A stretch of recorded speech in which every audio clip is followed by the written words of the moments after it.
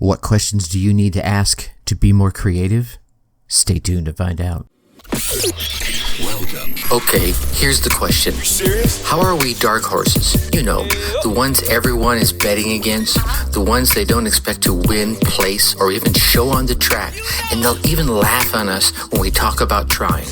How do we show the world our greatness and triumph? Come on. Well, that's the question, and this podcast will give you the answers. Let's go. This is The Dark Horse Entrepreneur. My name is Tracy Brinkman. And push it out. What is up, my Dark Horse friends and family? Welcome back to your daily dose of creative flow learning. I'm your Dark Horse host, Tracy Brinkman, and you, well, as you know, that is infinitely more important, my friend. You are a driven entrepreneur or one in the making. Either way, you're here because you're ready to start, restart, kickstart, or just start leveling up with some great marketing, personal or business tips and results in order to build that beautiful business of yours into the empire you absolutely deserve it to be. And that's why I'm here hitting you with yet another daily success episode coming to you straight from the Dark Horse HQ as we dive deep into success with actionable advice, steps, and tips designed to help you level up your game, because as we already know, there are no shortcuts to success except for taking those little steps towards your goal every single day. Now, before we kick this off, I know you want to keep getting all these daily success tips and the awesome interview episodes I'm able to get for you. So please be sure you go on down there, hit that subscribe button. While you're there, drop us a 5-star rating and leave us some kind words in the reviews. Heck, leave us some suggestions. Ask questions. I read every single one of those reviews and respond to them personally. Also, these subscribes, ratings, and reviews, they tell all those podcast platforms out there that you are getting the value, and they give us a little lift up in the rankings so that we can reach more driven entrepreneurs just like yourself. So please take a moment, show the love, and help us spread the word. All right, so back to the question. What questions can immediately ramp up your creative flow? And here's one of the cool things about this, right? Creativity, so often, I know when I was growing up, it was one of those things that you linked with someone in the arts, someone in drama, someone who's an actor, right? But anybody who's out there grinding away, who has built a business, starting a business, pitched a new product, or created some sort of sales deck, they know that creative thinking is just not for our poets and painters and musicians out there. And I think really, I know it's so often it's called a talent, and maybe it is at some level, but a talent is something that can be fostered, right? It's not like just innately born in you. That's a gift, if you ask me. But I think it's not so much a talent or an inspiration or a hope or this epiphany. It's like whoopa, whoopa, bing, this idea you get out of the blue. I think it's a flow, because if you think about all those times that you got that whoopa, whoopa, bing idea, it wasn't when you were sitting down to be creative, right? You all of a sudden you just got into this flow and it just came. I mean, raise your hand, unless you're driving, right? Raise an eyebrow if you got that idea like right when you were getting ready to go to bed, or maybe it hit you in the middle of the night and it woke you up, or you were in the shower and you weren't even thinking about what it is that idea was related to. There was some moment, maybe you were on a hike in nature and you were just like, wow, it's so pretty out here, right? All of a sudden, bam, that creative hits you. And you can get into that flow, and that flow, if you think about it, is that state.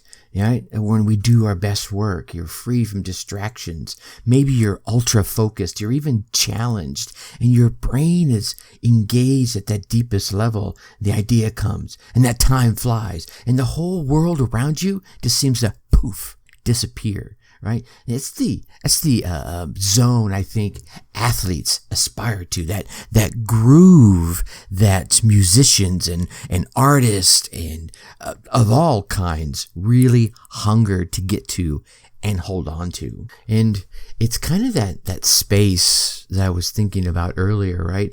It kind of exists between work and play, right? It's in that zone. You're not really playing. Just it's pure amusement. And you're not really working because it's just kind of coming to you.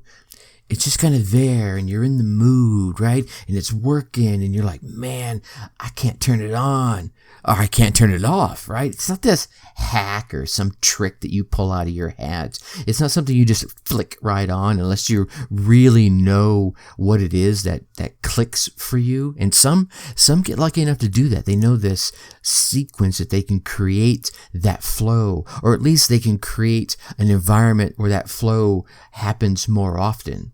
And that's where I come to these questions, and these questions sometimes can actually help you get yourself into that flow, right? So maybe you've created a space that you know helps you with your flow. If you're a podcaster, you've got that little space unto yourself where you've got your microphone and maybe your laptop and whatever devices you're using. And this is your podcast flow space. If you're an artist, it's a place where you keep your equipment, be that a brush or a drum or a guitar. So now you sit down and you've got that blank screen in front of you, or you've got your drumsticks in your hand, or you've got that blank canvas in front of you. And how do you get the flow going? So let me drop some questions I think that may help. And I think the first question we need to hit up is, are you focused? Right? So flow depends on the focus, and what we would call this a rare commodity, maybe, right? And I think I really call it a rare commodity because so often our attention is being pulled in 187 different directions, right? And then we believe we can multitask. So now that 187 directions is being doubled. So now we're being pulled in 374 different directions, right? So the question is, am I focused? See, flow is about that peak performance when you're doing your best work. It's not a hack driven by desire to accomplish the average, the mediocre, the thing Joe Schmo can do. No, you want to do your best work, and that work is distinguished above and beyond what others are doing, and that is going to require your attention. You're going to have to turn off all the distractions, literally make yourself unavailable, maybe in the physical realm as well as the digital space, right? If you have a phone, turn off all the alerts and alarms. Heck, leave the phone away from your creative space. I would even go so far to say, before you go into or attempt to get into your flow state, your creative space, all right? Answer any email or text that you need to do, check any social medias you're going to want to check, and then put it away. And I think the cool thing is there's a stair stepping you can do with this. And like Jason Sherman mentioned in yesterday's episode, well, not yesterday's, would have been Monday's episode, when he talked about you have that dream for the train, or maybe you start with the scooter. You can do the same thing here in your focus, right? The first step is to create your space, whatever your space is. Maybe it's a little corner in your kitchen, maybe it's a room in your home, whichever it might be. And then you start by blocking off 5 minutes, doing all those things and then turning them all off and going to your space. And you're only going to do that for 5 minutes minimum. And then the next time it's 10 minutes. Then it's 15. You can start stacking on this over and over and over again. And what you'll find is you'll be able to focus for a longer period of time.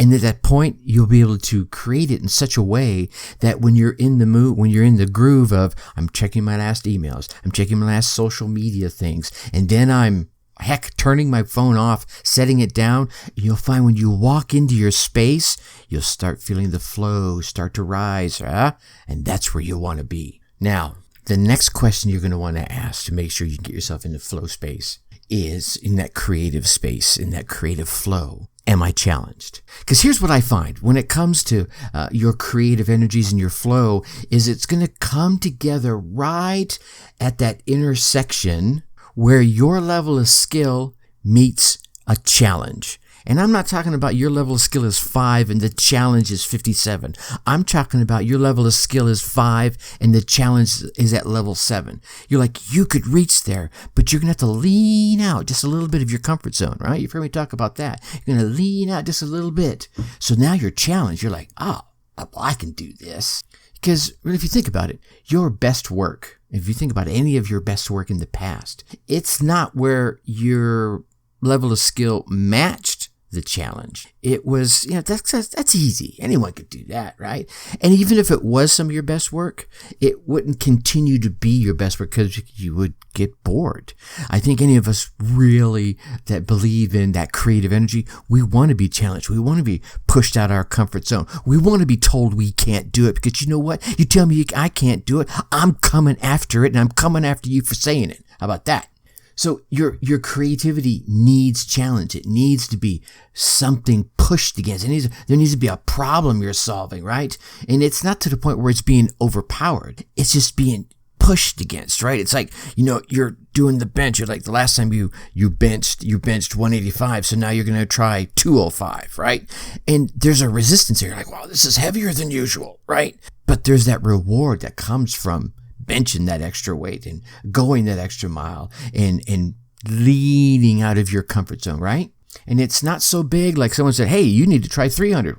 You might start freaking out. You might lose your focus, right? And you might actually burn out your resources or blow a muscle, which would keep you out of the zone for a much longer time. So you want to find that place where the challenge meets your skill level and a little bit beyond. Does that make sense? Because here's what's really cool about that. When you continue to do that, you'll be continually leveling up your skills. So you'll be going out there to find more challenging projects and opportunities. And that spirals growth, and that growth spirals motivation, and motivation spirals growth, right? And that's that upward spiral. And that's what we want. And I think the last question is probably the easiest one. Are you nervous? Because here's the thing. You've heard me say this if you've heard more than 2 or 3 episodes. You only have to be courageous. You only have to fight off that fear for a couple seconds, right? It's like the first time I was up in the plane at 10,000 plus feet and I was doing the airborne shuffle and getting ready to turning and jump out the plane for the first time. I froze. I stopped. But I only needed to be unafraid. I only had to be courageous. I was still afraid. I only had to be courageous enough to take one step. And that one step took like 2 seconds. And then the rest, you could keep me off a plane. You couldn't keep me from jumping out of an airplane after that. Now, I had gone through all the training, right? Did this is how you do that or this, right? So I had the confidence. I had the skills to exercise jumping out of a plane. But there was that fear, that moment that stopped me. But rather than holding on to that fear, I summoned up the courage, that 2 seconds of courage to take that one step forward and a whole new world open up. See, your fear is a compass. And if you're doing work that matters, you need to be suspicious if there's no fear, if there's nothing at stake. Because then you're really just kind of resting on your laurels, right? You're maybe resting on past wins. And if that's all you want, hey, more power to you. But I think you're one of those go-getters. You want that entrepreneurial mindset, that entrepreneurial spirit. You want to move on and up. And to do that, there's going to be a little bit of nervousness involved. Maybe a little fear. You're going to have to plan things. And then you're going to have to put a little skin in the game, right? You're going to have to, okay, this is a little risk, but it's an acceptable risk. I'm going to be a little vulnerable here. I'm going to put a little on the line, but it's not risk for the sake of risk, right? It's really there to draw out the best of you, something that might not otherwise show up unless you had something to lose, right? That's that little bit of risk. There's nothing to lose, then there's nothing to gain. So again, if we summarize this back, are you focused, right? Create a space where you can focus and get your creativity flowing. Are you being challenged? Make sure you find that intersection where your skill is just being a little bit exceeded by the challenge. If you're being challenged, you're really going to come up with some creative solutions. And then are you nervous? Because if you're a little bit nervous, you can channel that fear, build up that 2 seconds of courage to step in, take that first step and move forward. And man, things will just begin to flow after that. All right, my Dark Horse friends and family. Remember, on the next episode, on Friday's episode, we're going to talk about the best ways to help others as well as yourself. Now, I know, like I said before, you want to keep getting all these daily success tips, so be sure you go on down there and smash that subscribe button, drop us a 5-star rating, leave us some kind words in the reviews. Those subscribes, rating, reviews, they tell those podcast platforms out there to kick us up a little bit in the rankings so that we can reach more driven entrepreneurs just like yourself. So please take a moment, show the love, and help spread the word. Then come on over and join us in the Facebook group. We get to know each other on a more personal level. We can interact directly. You'll find me there quite often. Go to facebook.com. In that search bar at the top, type in Dark Horse Tribe. Heck, here, I'll even make it easier for you. Down in the show notes, you'll see the link saying darkhorseschooling.com/Dark Horse Tribe. Click on that. That will take you right there. I look forward to meeting you in the group. All right. Until next time, you get out there, run your race. You get your results. Come into the group. Let me hear about them. Until Friday, think successfully and take action. Thank you for listening to the Dark Horse Entrepreneur Podcast. And you know this! Thanks for tuning in. Check us out at www.darkhorseschooling.com. All right. My name is Tracy Brinkman.